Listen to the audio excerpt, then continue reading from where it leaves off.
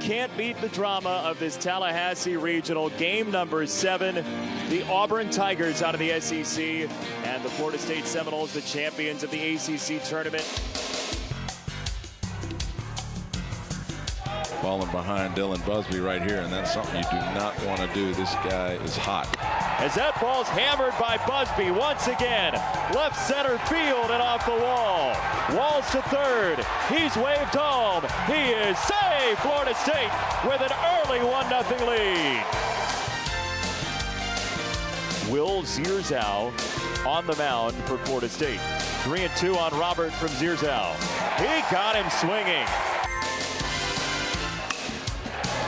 That ball is drilled by Mendoza. One hop to the warning track. Trulock scores. Florida State by a nickel in the 8th. Stephen Wells Jr., defensive replacement for Tyler Holton. That ball is pasted deep to left field. Gone! Again, Will Zierzow's longest outing of his career. 2-2. Breaking ball, got him. Strikeout number 11. Zierzow trying to finish the deal. Third base side. Busby. Florida State surges into the Super Regional.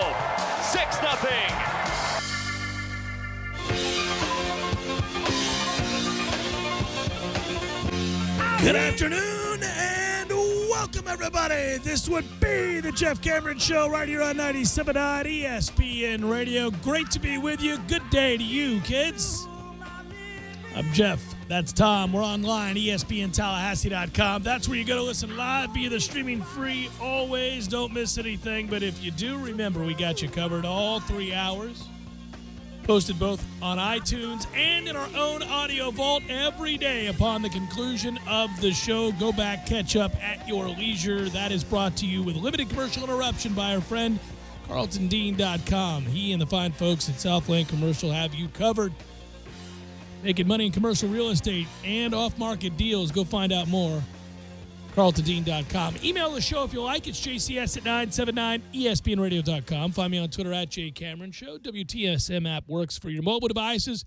And if you're watching on YouTube, you got us for this hour. And then we'll take you right up to Seminole headlines today. So a combo affair there. Good times. Covering very thoroughly, I might add, the fireworks last night. And really, even now, even here at 3 o'clock in the afternoon the day after, it still has a buzz to it because at some point, Tom, and you know, I don't know when they hit you like this because we were everybody basically on the beat was either tweeting or texting each other, and certainly fans alike. We were all doing the same thing, kind of pinching ourselves if you were inclined to be pulling for the Garnet and Gold. But even those that, let's say, are right down the middle and don't really care, it's just their job or whatever it might be, right? How could you not at some point, just because presumably you got into sports because of things like this and you love to see things like this, how could you not turn and just root for that kid to keep it going? It was one thing to realize maybe in the first couple of innings that, hey, man, he's looking good early. Will Zierzow, that is. He's got some things going for him here that, you know, kind of unexpected for a kid who hasn't pitched in almost a month, and you know, maybe they'll get more out of him than they suspected. I mean, that's kind of where your mindset's at the beginning, right? Well, maybe he'll give you 4 or 5, you know, and you don't have to get anybody up. This is working out nice. Surely they've got a couple of guys they know they can pitch and maybe piece it together. Maybe Florida State will build a big lead by then or something. You know, you're kind of thinking in your head.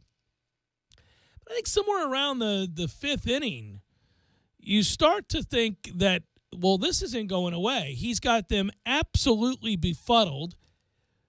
Credit to Mike Bell and anybody else that aided in calling the game.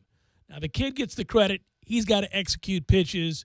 He's got to be out there on the mound with all the pressure in the world on his shoulders. But they called a really good game. And Auburn was keyed up and susceptible to the breaking ball, and he threw off of that, but he was brilliant, and he was in complete control throughout this game.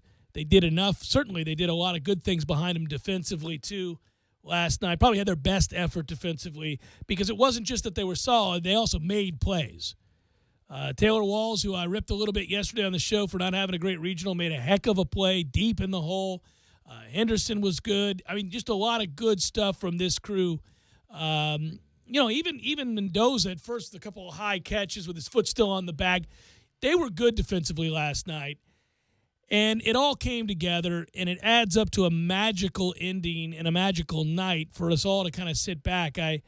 I'll tell you, I'm getting old and I'm a parent, and there are parts where you just almost get choked up because you're happy for people, you're happy for kids. I was beginning at one point just really more to root for him. I want Florida State to win. But my focus shifted from wanting Florida State to win to wanting that kid to see it through. I mean, to be that good for that long, I thought, finish this thing, son. You've earned that. You deserve the crescendo, the applause, the emotion, the spotlight that's going to be shed upon you in this moment. You deserve it. Finish this thing. Everything about this regional is the way the season went as a whole. You know, you start out behind the 8 ball, and then you have to go on a run in order to get what you want. And that's what we did in the regular season. We were behind the 8 ball. Now, it wasn't as simple as one game. You know, it was months of problems. But you had to go on the run in Louisville, Kentucky that you did. Win every game that you played in that state in order to host. I mean, you couldn't have gotten to the ACC title game, lost to North Carolina, and expected to host a regional here in Tallahassee. Right. So they run the table. Then they get here, and all of a sudden the bats go quiet on Friday night, and you get great pitching throughout the weekend, the antithesis of what you saw for the first 2-3 months of the season. And of course it happens this way. Of course it's a guy that you wouldn't expect to get more than a few innings. I mean, Mike Martin said it in his post-game press conference to Corey Clark. 4, baby! That's how many innings he was hoping that he could get out of Zierzau. And how about that plus 5 last night? And the great thing is, I said this after the ACC tournament run. Remember watching Florida State in its heyday? It felt a lot like this because the lineup, you know, they hit the baseball. You got good pitching. You played good defense by and large. I know base running this weekend has been an absolute nightmare, and the defense has been spotty. But when we're right, we're as dangerous as any team in the country, and that's what we thought we were going to see for the bulk of the season when we signed on opening day. I mean, this was a consensus top 5 team because they saw that we had a depth of pitching. They saw that the lineup was dangerous to righties and to lefties. And here we are going to a super regional with a chance. Who's playing better baseball than Florida State right now? Other than Oregon State, really nobody. And Oregon State cruised and did what they've done all year long. They only have 4 losses, so them. But that's it. But think about it. You know, obviously the Tennessee Tech game was a heartbreaker on Saturday, but we were talking about 2 weeks ago how it would be nice to play from in front at times. And this 2-0 lead, don't get me wrong, the way the kid pitched last night, the Coker kid, this was neutralized. The momentum was neutralized. It was that third run that we scored that felt like the big one. Yeah, when he threw it out in the center field trying to pick off at second base, it felt like that was going to be too much for them to overcome because we were getting late and outs were obviously at a premium in that situation. But how refreshing for us who have watched this season go along game by game to see Florida State force other teams to play perfect baseball to come back into games rather than us having to climb out of a hole within the construct of 9 innings. There's a weight that's involved with that, too. And, you know, obviously this time of year, that pressure is even greater. And so guys kind of uncharacteristically do some things they might not otherwise do in a regular season at bat. You saw some of that, too. But it's just amazing. I mean, a complete game, 11 Ks, 2 hits, no walks. Well, what do you do with the rotation this weekend? Well, I think it's still the same, but I do think that you may have found a long reliever out of the pen now to get you out of trouble if one of these starters has a problem, and one that you can maybe trust and believes in himself certainly and has the utmost confidence coming off of this. You know, the point is they've got a depth of arms now that they didn't seem to have during the regular season, most of which are now pitching very well. You know, Carleton's pitching pretty well right now out of that bullpen, and Zierzau can now come out of that pen. We saw Karp pitch well. Parrish has pitched really well. Holton is a beast. I mean, this is not how we had the conversation structured over the course of the regular season. We would have to look long and hard to find somebody who was putting together or stringing together inning upon inning upon inning of good baseball. And now you look around and you've got 5 or 6 guys that are doing just that. It's rather remarkable. And, you know, it's funny. Cal Raleigh's quote last night after the game, the catcher for Florida State, there are no words for what he did tonight. It's just amazing. That's what you see in the movies. Just crazy stuff like that. yeah, I started to think the same thing, and it was so endearing to kind of watch that kid gain control and really never come out of the moment. I always feel like you're susceptible if you're a player who's not done something to this magnitude, and he hasn't, that you start to enter into uncharted territory, and it's very easy to come out of your element and begin to think about what you're accomplishing. It's akin to, and we use this analogy a lot, somebody who's maybe, okay, a weekend hacker like myself, maybe you start par on the front nine. I don't often do that. I have. But I know what accompanies that. Immediate thoughts of, I could do something I've never done before out here. I feel great. This is amazing. Well, the second you think that, you are immediately removing yourself from just playing the game and hitting the next shot. You're no longer in control of what you were in control of because you're thinking about all the other stuff, including how well you're playing. I would have thought somewhere along the way that this young man who's never been under the lights like this, in a moment like this, being asked to do what he did, would have taken a look at that scoreboard, would have walked off that field through 4 or 5 and thought, well, because first of all, he had a no-hitter. I mean, at what point do you begin to think this is the stuff that bad movies are made of, where we all roll our eyes? But he never really looked to get shook by that. He was really, really calm. The demeanor walking off the hill, you never saw the fist pump. You never saw a jump or any exaltation of any kind. Just sort of a, all right, monitor your breathing and let's walk. I think there were a couple of points where if that was going to happen, there are a couple plays by Taylor Walls that minimize any risk, that allow him to gain whatever Force control. out at second after he'd given up the hit. Ranging to his right, Taylor Walls did, and then he fires to second base, and that's a nifty play. Great play. And then the backhand that he delivers to turn the double play, and Henderson fires a strike from second base as well. But the double play there, again, because he had run into trouble once where there's a runner on, he runs a 3-0 count, and you go, oh, man, not now. Yeah, it's unraveling a little bit. Don't let it, and given the stakes, you can't let too many runners get on base before you have to make a move to the bullpen, and that's absolutely the right move because this is unprecedented. I saw last night Ryan Clark from War Chant tweeted out, in high school he never went this far. No. I mean, and we're talking, and he played into at a the big-time inning. school in Bowles, yeah. You get into the 6th, 7th inning, and he's never pitched that many since high school. I mean, it's just incredible.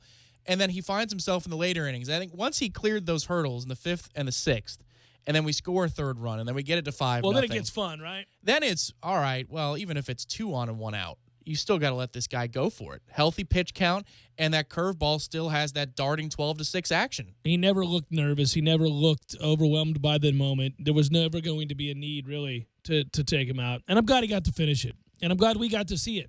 And I think, again, it was bigger than, hey, FSU baseball came back out of the loser's bracket to win the regional. It's bigger than that they now find out they get to host the Super Regional because Sam Houston State came back and beat Texas Tech on the road. First of all, that's a good Sam Houston State when you go back and look at the resume and look at what they did this weekend. So I'm not going to assume a win. I do like Florida State's chances here, though. I really do think they're playing very, very well. And I won't be surprised if they get out to Omaha. In fact, I'll tell you now, I think they will get out to Omaha. And I think they're one of the teams right now that you would have to look at and say, wow, this is a magical sort of run that has started with the 2 games at Louisville, followed by the ACC tournament. I mean, when you look at the way they've played over a good long stretch now, they played so many games this weekend, and they really, you go undefeated at Louisville, you go undefeated in the ACC tournament. And what are they? How many wins did they get here this weekend? 4. 4. So, I mean, you're 4-1 this weekend. It's crazy. They're playing the kind of baseball that we typically look around and see others playing that got hot at the right time, and we describe it as such, and we go, well, they're getting right at the right time. But just like how the season ended, you had guys who you didn't expect to turn in big pitching performances and here you go. You add another one to the list. I mean, I thought once Carp did what he did on Sunday night that this is going to have to be a traditional 8-6, 11-8 final game of a regional, and that has nothing to do with college baseball. That has everything to do with you're out of arms. Everybody was. It was a safe assumption. He made it a moot point. It's remarkable. And, I thought some of the moments were frustrating early in the game, that we chose to play for one run and chose to bunt in a situation where, statistically speaking, the math is against you doing that. There really is no reason to do that. You can't go into that game assuming that Ziersau is going to pitch the way he did and not knowing what the number was going to be, to ask guys in the middle of your lineup who you've not asked to bunt all year long, lay down a bunt in that situation, shows that perhaps the moment was too pressure-filled, and the head coach made a decision I absolutely disagree with, and so does the math. There's nothing about that decision that makes any sense to me whatsoever. He chose to make it, and they played for a run. They ended up getting the second run. Later in the game, he did it again in a situation that I would not have done it, although I think it is more justifiable bunting the runner over to third in the sixth inning as opposed to playing for a run. At least then in the sixth, you knew you had Ziersau going and what he was doing and how Auburn was struggling. So maybe playing for a run there, you could kind of justify. I, again, would not have done that. It certainly, again, goes against the math. The point is, none of that came back to haunt him. It is frustrating when you see it, but that team showed up big in a big game and dominated a big game and got the performance of a lifetime from a young man you would not have suspected.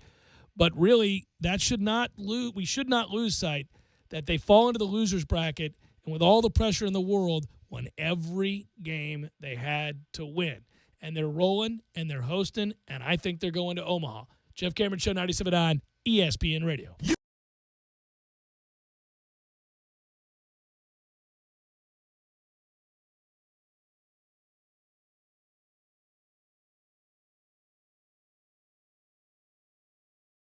When you're in need of auto repairs, look no further than Nice Tire and Auto Service. Nice has been in business for 16 years with long-term, knowledgeable sales associates. They have the latest wheel balancing machine in the industry. And for passenger vehicles, they service AC, brakes, suspension, tune-ups, and much more. Never sit through a long wait. Nice Tire and Auto has 10 service bays to get you back on the road quickly. If you have tire problems, check out their large inventory with various Goodyear and Michelin tires. Nice Tire and Auto Service, 4792 Bluntstown Highway, 574-4100.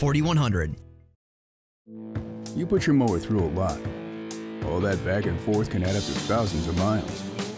That's like mowing cross country.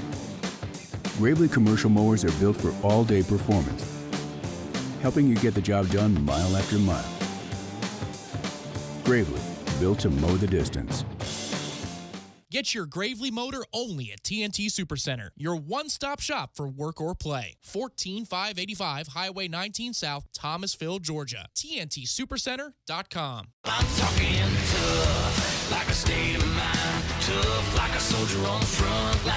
Tough when it gets rough, like my Ford truck, always enough. I'm talking tough. Franklin Spring Creek Ford, the place to find your next truck in southern Georgia.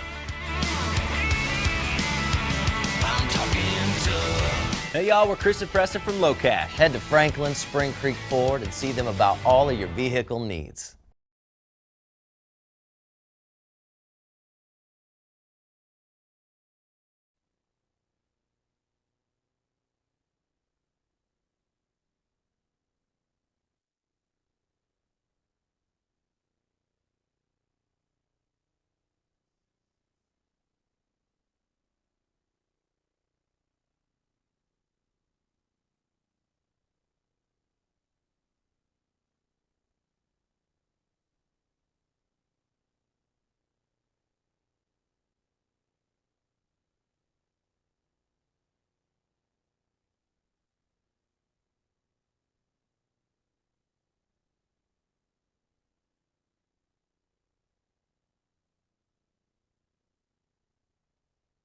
For horsepower, the Mahindra 4540 tractor can push more, pull more, and lift more than any other tractor in its class. Hydrostatic power steering, industry-leading, zero-deductible, 7-year limited warranty. TNT and the Mahindra 4540 tractor, making the competition green with envy. 14585 Highway 19 South, Thomasville, Georgia. 229-228-5297 or online at TNTSupercenter.com.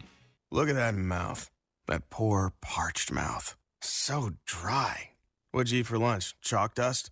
Did your mouth cannonball into a barrel of mothballs? You're being awfully quiet.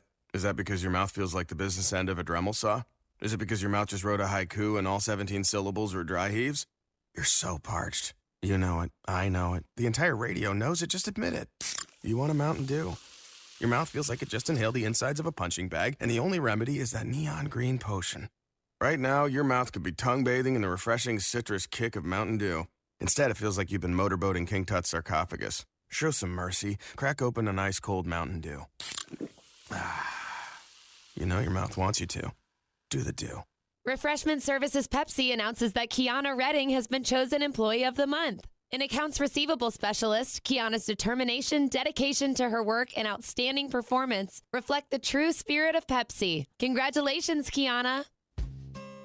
For better gas mileage and a longer-lasting engine, change your vehicle's oil at Superlube every 3 months or 3,000 miles, whichever comes first. For good times and family fun, Tallahassee heads to the Fun Station. And right now, when you change your oil at Superlube, you'll get a $15 Fun Station gift card. You don't need an appointment. You'll be in and out in no time. And with 19 Tallahassee area Superlubes, there's probably one right around the corner right now. How I love to Superlube my car, yes sir.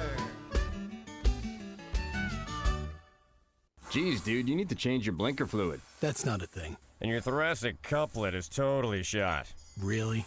It is. Look, nothing gets by me. Just like this oil filter. Nothing gets by Purolator. Hey, if you're using Purolator Boss, you know your stuff. Oh yeah, protection up to 15,000 miles. Ooh, but you really should replace your Vesuvius valve. Stop talking. Purolator oil, air, and cabin air filters. Nothing gets by us. Available at Advance Auto Parts, Pep Boys, and other fine retailers. This is the Jeff Cameron Show. Jeff Cameron Show on 97.9 ESPN Radio.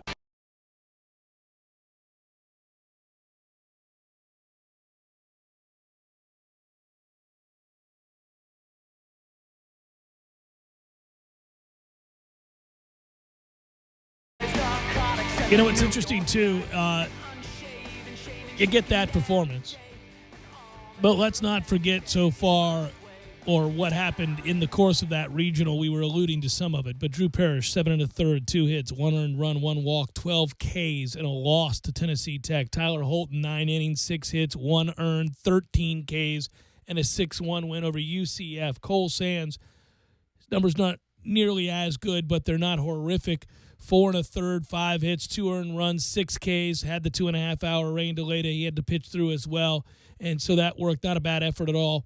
Andrew Karp, 6 2/3, 8 hits, 4 runs. Only 3 of those were earned, 4 Ks, and an 8-7 win over Auburn, which was a crazy game. And then last night's start.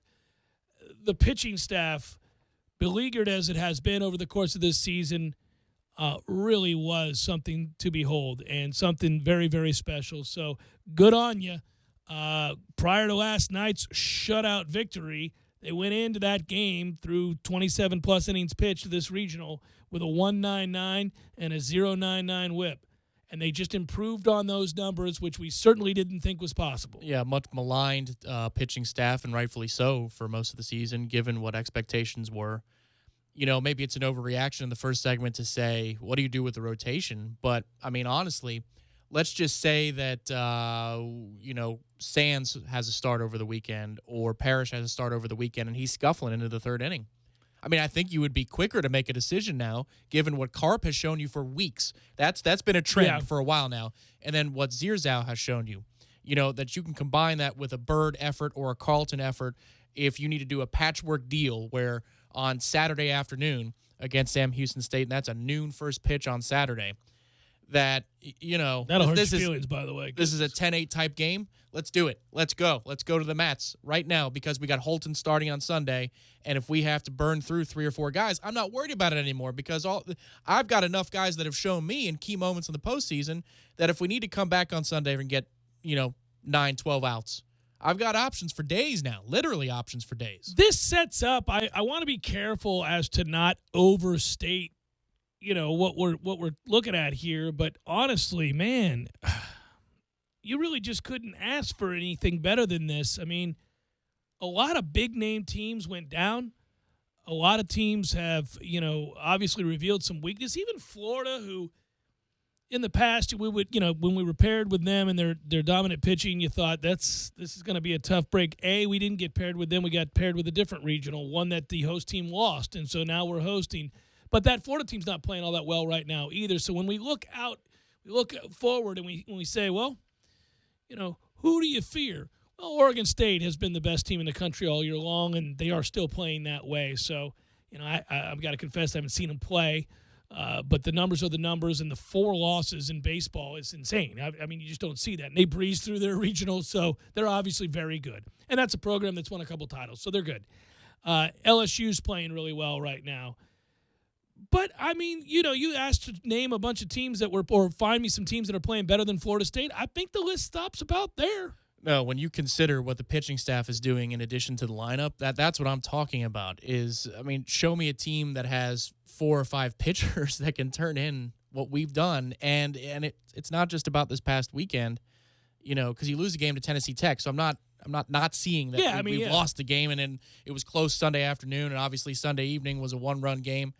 But how many big-time performances do you need out of all these different places, before you say, well, who is ready for the moment? Who is proving that when, the chips are down, they're ready to go and they can get a big out or they can get a big hit, drive in a big run, more than Florida State? We've been tested. Yeah, there might be somebody that's equal to that right now, but there's nobody playing that much better. Sure. But consider the moment we started the series with Louisville on Thursday in Kentucky, playing Louisville Cardinals. What we needed then to where we are now, I mean, think about it. It would be exhausting for most, but apparently this team just gets right up and says, we're going to do it again today. Hopefully this is, to me, again, Sam Houston State is obviously a good team. And when you get to a super regional, even the Davidsons of the world who won the Chapel Hill regional stunningly, obviously can play a brand of baseball to beat anybody. And to my point yesterday, we're seeing a shift in college baseball. In the 90s, Davidson ain't beating the power. You're not looking around finding Sam Houston State victories over powerhouse teams. They just didn't happen, but they happen more frequently now. So we're very careful about assuming some things about these smaller teams. Because even Tennessee Tech came in here and played really good baseball and showed they deserve to be here and they deserve to compete. They were better than UCF. They get a couple of big knocks over the weekend. Right. They could be, regional champs, and you wouldn't think that that's a fluke. Well, but not those of us who saw them play, right? Right. I mean, and Bethune-Cookman obviously forced Florida to a 7th game and played real well. So, and they, as I said yesterday, they weren't even the 4 seed. So they had a good season. You look around, the Supers should be fun now. I mean, look what we have here with, well, first of all, Missouri State coming out at Fayetteville and facing TCU. I think it's interesting where you get some of these matchups now that make you smile because they'll be a little testy. Mississippi State and LSU know each other. That'll be fun in Baton Rouge, right? Wake Forest and Florida is an interesting ACC SEC. Long Beach State and Cal State Fullerton, 2 West Coast teams that certainly know each other well. I think that the Kentucky-Louisville series is one for the ages, right? Could that have lined up any better? But again, as you assess those supers, I mean, I think Oregon State will beat Vanderbilt, but obviously the SEC is a good conference this year, very good. They've had immense success. See the number of teams that they've placed in the supers. So Oregon State, Vanderbilt should be fun. I don't know how many of us are watching Long Beach State, Cal State, Fullerton. Obviously, right here in our own backyard, Florida State, Sam Houston State. But I'm just naming the regionals now. Mississippi State, LSU. Davidson, Texas A&M. All right, let's just admit it. Texas A&M gets a bit of a break here. I mean, you're facing a 4 seed. You could have been playing North Carolina. You're facing Davidson. After that, on paper, and it is just on paper, Florida State hosting Sam Houston State would quite clearly be the one that eyes are drawn to as well. What a fortunate set of circumstances for Florida State. Now, that's presumptuous, maybe even a little unfair, and Sam Houston State goes to the postseason every year, so they have a nice program. But would you rather play Sam Houston State or Vanderbilt or Oregon State or Mississippi State or Louisville or Kentucky or TCU or Wake or Florida? Well, and consider that we're hosting You know, again, Yeah, that's all it's a double whammy. You get a Sam Houston State to travel over here and play at Hauser. I mean, and Hauser has a effect on people. That poor kid for Auburn last night.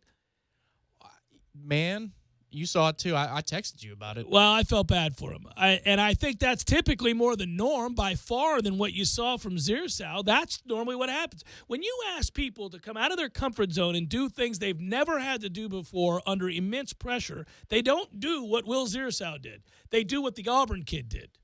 Almost always. It was bizarre body language-wise with the first visit, not the one where he gets replaced. But you've got a head coach. He wanted to be anywhere but there. He did, but then he was also he showed indignance that somebody was warming already. You know, the idea that we were talking yesterday. If there's a circumstance where you want to have somebody warming as the game begins, it's the final game of a regional. It's game 7 of a regional. But then he didn't regain whatever it was. And you remember when Jimbo Fisher said we'd go out to Oklahoma for the first game? You were out there, and he was rootin' tootin' during the week after practice. He felt real good, and then he remarked during the game, "Who are you guys? I've never seen you before," because we as a program we went into a shell. Yeah. We weren't ready. We turtled in that moment. Yeah, that's the body language that Auburn's head coach had last night. He said, "What's wrong with you? Are you all I like that guy, by the way. He's got them moving in the right direction. I like that guy. They're going to lose a lot of players year to year, but yeah, you can tell he's going to move it in. Yeah, he's smart. He knows what he's doing. He is, and he had to have looked out there and thought, "Ugh, moment's too big." And that's what are you going to do? What are you going to do? Frankly, I guess he made a move there to save his closers or Coker's arm, not their closer. That's Lipscomb from Sunday night. But I thought he was going to throw him for 130, 140 pitches because that kid was all they had left. And he was pitching quite well. He got into a rhythm. He got, by the time he was out there for that second inning, you thought, oh, this is a problem. He's feeling it because it was falling off the table the other way to lefties. Moreover, you're more angry in that moment about, playing for one run. It's like, oh, really? So you're going to let this guy find it. Meanwhile, there's a hornet's nest here in Tallahassee, but let's quell that hornet's nest. Got a chance to pounce. Jeff Cameron Show, 97.9 ESPN Radio.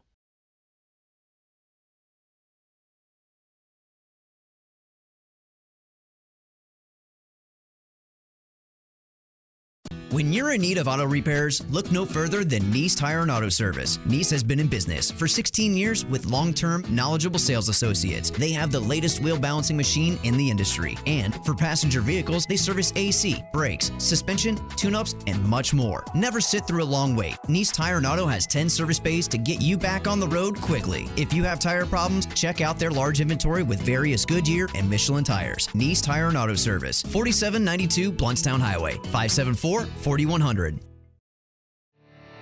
You can tell a lot about a tractor by its warranty. That's why Mahindra makes the toughest tractors on earth. With steel, not plastic. Backed by the industry's best limited powertrain warranty, period. Not 5 years, not 6 years, but a full 7 years on select models. No wonder the other guys are green with envy. No money down, 0% interest, and no payments until July. Available at TNT Supercenter. I'm talking tough, like a state of mind. Tough, like a soldier on the front line. Tough when it gets rough, like my Ford truck. Always enough. I'm talking tough. Franklin Spring Creek Ford, the place to find your next truck in southern Georgia. Hey y'all, we're Chris and Preston from Low Cash. Head to Franklin Spring Creek Ford and see them about all of your vehicle needs.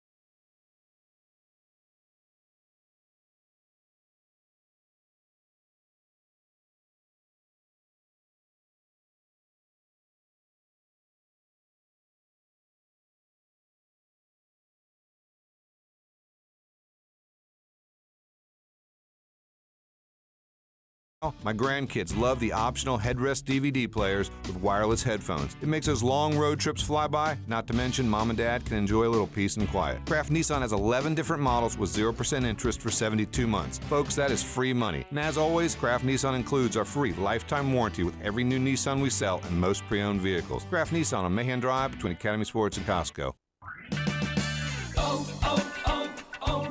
When your battery goes dead, everything can come to a stop. Don't take a chance on getting stranded. Stop by O'Reilly Auto Parts and get your battery tested free of charge. If your battery does need to be replaced, O'Reilly Auto Parts can help you find the exact Superstart battery that fits your car or truck at a guaranteed low price. O'Reilly Auto Parts. Better prices every day. O'Reilly Auto Parts. You can't get any fresher than your own vegetable garden. Or can you?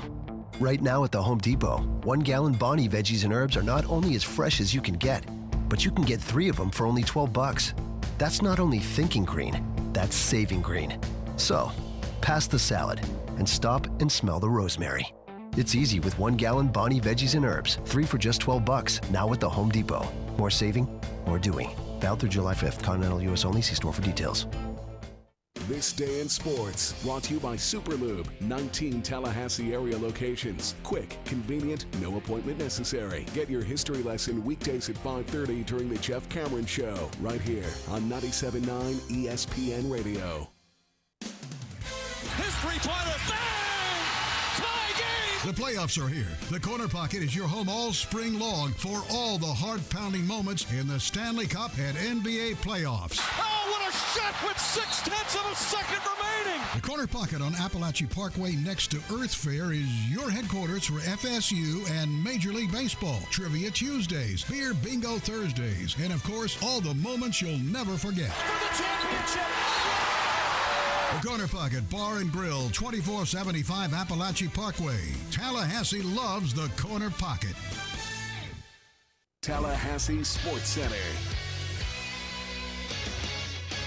I'm Lee Gordon. In a season where we weren't even sure the Noles would make it to the regionals, now they're 2 wins away from the College World Series. Last night, a complete game shut out by Will Zerza went the distance, allowed just 2 hits, faced just 2 batters over the minimum. Florida State reaches its 3rd consecutive Super Regionals with a 6-0 win over Auburn. Now they'll meet up with Sam Houston State this weekend, where the Noles on the verge of Omaha yet again. For Florida State, it's their 9th Supers in 10 years and 16th in the past 19 years. How about the NHL? Stanley Cup now tied at 2 games apiece. The series heads back to Pittsburgh on Thursday, while the NBA Finals resumes tomorrow night in Cleveland. The Warriors are up 2-0. Police have issued an arrest warrant for Michigan State defensive end Josh King, wide receiver Donnie Corley, and safety Demetric Vance in regard to an alleged incident from January. They come a day after a prosecutor's office charged the 3 with sexual assault.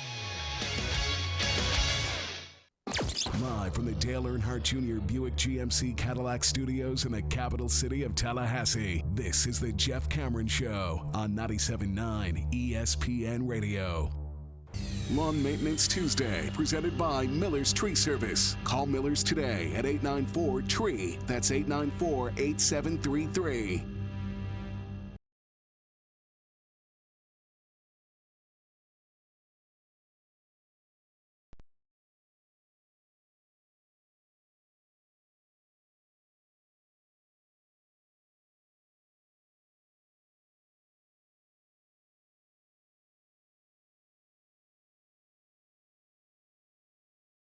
Well, now, and obviously today it's pretty much all things regional, all things postseason. Me and the guys from the Headlines crew will get together here at 4, and you'll hear some of that as well. Although we do venture off and answer headliner questions, including a lot of the stuff about the bunting and all that. And if you're ever interested in that, there are some people who aren't big baseball fans, and they'll say, I don't understand what you're talking about. There are numerous articles.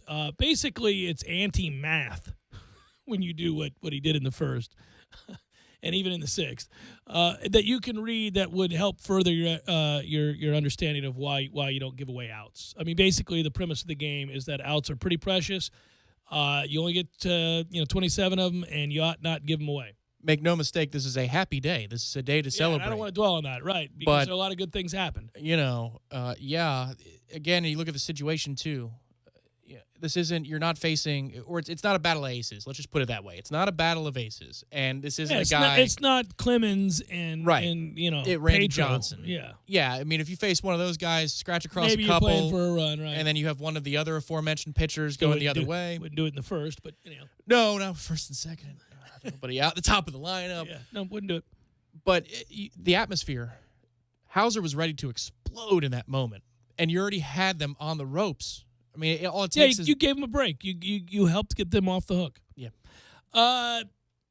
Should be noted that, and I didn't make this point before, out in Omaha, where the field, and again, not in the first inning, first and second, nobody out asking a kid that hasn't had to bunt but once all year long to bunt. I'm not doing that. But I am doing what he did in the sixth inning out in Omaha. I'm playing for a run in Omaha. That field is cavernous. You're not going to sit around and hit 3-run homers. They just don't leave the yard. It's very, very difficult. I'll play for a run there. Here's why that situation made me more angry than the one in the first inning. Because you have to trust Jackson Luke, your 3-hole hitter, to understand the situation. And, Sure. if you don't think he does, then call time, pull him over. I know we don't Talk to discuss him, yeah. with the third base coach. 11 likes to directly involve himself with the batters. So pull him over and say, listen, until 2 strikes, do what you got to do. Especially if it's out, let's say, in Omaha, because it's cavernous. That means that you're open for more singles because they're going to have to play back a little bit further in the field, I would think, the outfield defense, given that they have to respect Luke, and so there's more space. It should open up room in front of the outfield. What do you say? 2 strikes, everything's got to be pulled, my man. Everything has to be pulled to the right side. Yeah. Well, and he gets him over. I mean, it's just that, Neaporte didn't end up, doing what he needed to do. Sure, but you may as well let him bat and see if that's one of the outcomes. Trust him not to serve one to the shortstop or third baseman in that situation. He's your third place hitter. I agree with that. I'm not bunting my 3-hole hitter. 7th, 8th inning, okay, I might bunt my 3-hole hitter if we're playing for the winning run. I might. There are situations you can bunt. That's all I'm saying. And especially in college where they don't always execute as exceptionally well, meaning defenses. And in Omaha, maybe, especially 1-run game, something like that. But again, I would not have there either. We're not in disagreement here. But that, to me, was less egregious. It wasn't ideal, but it was less egregious. I'm going to need Neaporte not to do what he did, but again. Once again, here's why it's more egregious to me. I hear you, but Carlton had just pitched twice the day before. I think statistically it's less egregious. I hear you, okay. but statistics can't account for your 3-hole guy at the plate and this particular situation. I get you. The numbers say it's less egregious, right. But here's why. You don't know if Zierzau is going to allow 2 base hits to start off the next half inning because his track record says problem. It's an error in the system. It's never happened before. He's never doing what he's done. And the next thing you know, you got to get Haney and Kwiatkowski up, warming up, and you don't know what they're going to give you in a key moment when you have to have it in a Game 7 and he's your 3-hole hitter. If it's J.C. Flowers, Jeff, and Walls is on deck. Oh, he's butting his ass off. 100, and he might be safe if he drops down a good one. No, I'm butting with him for sure. But damn it, man, it's Jackson freaking Luke. Yeah. No, I wouldn't have done it. With Neaporte behind him. Yeah, I wouldn't have done it. I just don't think it's more egregious. I would not have done it. I hear you on the math. I'm saying with your roster configuration and what you have going on Well, circumstantially. I guess what we should be doing is arguing the larger point, which is, I'm going to assume some things here about it's an educated guess. I don't think that was a popular decision. And I don't mean from the fans. I know it wasn't popular with fans, and it certainly isn't a popular decision with anybody who's a fan of modern metrics and advanced statistics. But I don't even know that it was probably a very favorable decision on the staff. But 11's won a lot of games for a lot of reasons, and so you are certainly going to stand down. He's the head coach. But what I always wonder in that, and I'm just thinking out loud, spitballing, truly, I haven't talked to any other coach on that staff this week about these games and strategy or anything else. I haven't. One of those context moments. Yeah, I'm just kind of sitting here thinking, and I've had conversations in the past about those kinds of decisions, but not this week. I always wonder, okay, so that decision's made, you're going to bunt them over, especially the situation in the first. If you're Mike Bell, if you're Mike Martin Jr., if you're anybody who's got presumably the coach's ear. And when you put together a staff, when you have a staff, now ultimately the buck stops with the head coach, and he is that guy, and your assistant coaches have to know that. And there's a place you can go to when you're having a discussion.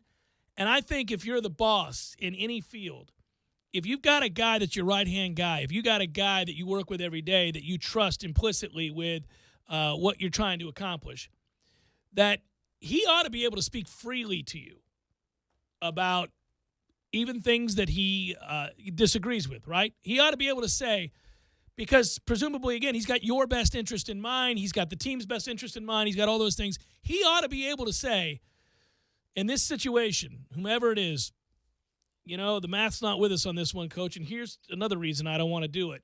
And then go ahead and lay out your case like you just did, right? Now, if he rejects that, the discussion is over. We're done. And if it's in-game, you're certainly probably not going to do it. You're just going to shut up and do what he asked you to do. But afterwards, can you have that discussion? Is that a conversation? Maybe I'll ask him directly, but would Mike Martin Jr., if he disagreed with that decision, be able to say to his dad, Dad, I really don't think moving forward that we need to do that. You haven't done it all year long. You have not asked Neoporte to bunt in that situation all year long. Don't do that. Why did we ask Jackson Luke to bunt there? Dad, here's why I think we shouldn't do that. And then again, if he shuts you down, it's over. You move on. He's the boss. But you want people to be able to have that conversation. Yeah. And you want to be able to, as the boss, hear dissenting views. Yeah, your objection from people you trust. Your objection is noted, and then we move on here. We're going to proceed with my game plan because I'm the head coach. Well, yeah, and it doesn't even have to be said. That should just be understood. But there was a situation, I believe it was the Tennessee Tech game. I was just looking through the box to make sure I was right, where the broadcast was talking incessantly about bunting ahead of J.C. Flowers in the 9-hole. I believe Holton was up. It wasn't Wells yet. I think Holton was up. And you wouldn't bunt to get to J.C. Flowers. No, and no, you wouldn't, and they didn't. But guess what happened? Holton hit one to the right side, and the runner moves over from second to third, and we're done here. It's not like every out that you could possibly find yourself isn't going to be a productive out. Right. And if there's anybody on your roster that you trust to make a productive out, it's why the 2-hole hitter on a loaded lineup with a base stealer at any level is an unheralded hitter. He's not an RBI guy. I think of Paul LaDuca with those good Mets teams, and Jose Reyes was hitting in front of him when he was in his heyday stealing bases. Let that kid run. The whole thing was you take a strike, so you're going to be batting down a strike no matter what. Always, yeah. And if he's on second base, then you have to sacrifice yourself because of the major leagues, their defense is spectacular. So if you can get a run, scratch one across the first inning, your odds of winning the game go way up. So you have to hit to the right side, and he was a right-handed hitter. So he knew as the 2-hole hitter, selfless job. I got to battle from behind in the count. You better, or you won't be in that 2-hole very long. And I got to let the meat of the order do what they got to do. You turn it over. You turn it over there. You got to be able to trust that Quincy Neoporte is going to be batting anyway with a runner on third. Worst case scenario because Luke's pulling the ball. You do less so in college. I think I'm saying that trust that you have is certainly lessened by the fact these are amateurs. And Paul LaDuca was a pro, and he's got. I get you, but there's not a pro throwing. It's their guy in Game 7 that's throwing. Again, we agree on this. I would not have done it. I love baseball. It's just less egregious than the first inning one. The first inning one is just because at that time you didn't know Ziersau was going to throw a complete game shutout. He could have gotten lit up, and you're playing for a run. And you're bringing up Rowley to do it. I mean, it's just. So Cal, who's hitting, a cool 230, 220 or whatever he is, even though he's swinging on the bat better, hitting Well, I'll tell you what, he ripped a couple down the line on the right-hand side when he flipped over there that gave me pause to think that maybe he's getting right at the right time. Some guys, that's one thing. We go back to that interview with Mike Martin Jr. from last Tuesday. Some guys are getting right, and you see it in the swings that they're taking. That's another part of this run, which is that they're getting healthy at the right time.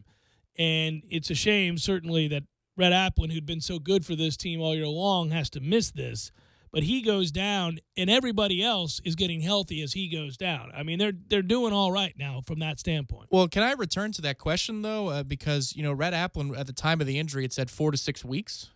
I mean, we're still playing baseball. Aren't we closing in on that 4 to 6? Didn't they come back, though, later on and season say ending. Season ending, I know, yeah. But I'm just holding You're trying out to help hope. him out? Yeah. Well, because, they didn't want to put any pressure on the kid if they go further in the postseason. And Holton's been fine out there. He's been better than fine. But in fact, he may have been pulled a little early last night. But that's another discussion. He was. It's like, wait a minute. You didn't just clear the spot in the order. He's coming up in a half inning. Yeah. But, another sign that things are working out real well is the guy that replaced him homered. And he's had some good swings since he's come in, and he's got a cannon. Yeah, he drove in a big run Sunday afternoon in the Tennessee Tech game. Well, he also kept the inning alive with a shot back up the box off the pitcher's foot. He's got a cannon in right field, and maybe when you get out to what am I doing? Knock on wood. If you get out to Omaha in that cavernous field, maybe you want that kind of arm to be able to hold guys going from first to third, or think twice about tagging and coming home with one out. Yeah, the defense last night was real good. It's funny because the things that we've been on them about, the base running, some of the defensive blunders, some of the problems out of the bullpen, et cetera. Of course, the bullpen was not on display last night because it didn't have to be, but pitching in general. All the things that we've kind of, suspect at times, downright egregiously bad, they were all good last night. You didn't see those mistakes. You didn't see, we had Ira on the show yesterday, and he said if somebody's going to shoot themselves in the foot in the critical moment, it would be Florida State. And it wasn't a overriding knock on the program. It was just that they had shown themselves to get run out of an inning on their own accord numerous times. Well, here's the thing about the bullpen. Technically, Carp is the bullpen.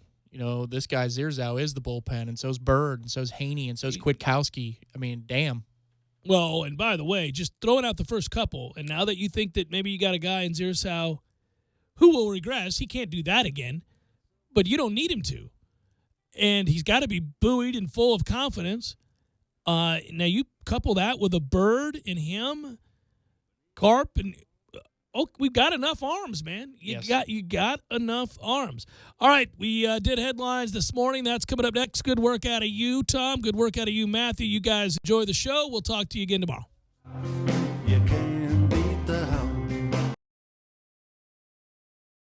When you're in need of auto repairs, look no further than Nice Tire and Auto Service. Nice has been in business for 16 years with long-term, knowledgeable sales associates. They have the latest wheel balancing machine in the industry. And for passenger vehicles, they service AC, brakes, suspension, tune-ups, and much more. Never sit through a long wait. Nice Tire and Auto has 10 service bays to get you back on the road quickly. If you have tire problems, check out their large inventory with various Goodyear and Michelin tires. Nice Tire and Auto Service, 4792 Bluntstown Highway, 574-4100.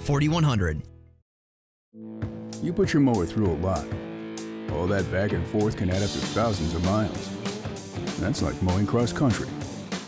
Gravely commercial mowers are built for all-day performance, helping you get the job done mile after mile. Gravely, built to mow the distance. Get your Gravely motor only at TNT Supercenter, your one-stop shop for work or play. 14585 Highway 19 South, Thomasville, Georgia. TNTSupercenter.com. I'm talking tough, like a state of mind. Tough, like a soldier on the front line. Tough when it gets rough, like my Ford truck. Always enough. I'm talking tough. Franklin Spring Creek Ford, the place to find your next truck in southern Georgia. I'm talking tough. Hey y'all, we're Chris and Preston from Low Cash. Head to Franklin Spring Creek Ford and see them about all of your vehicle needs.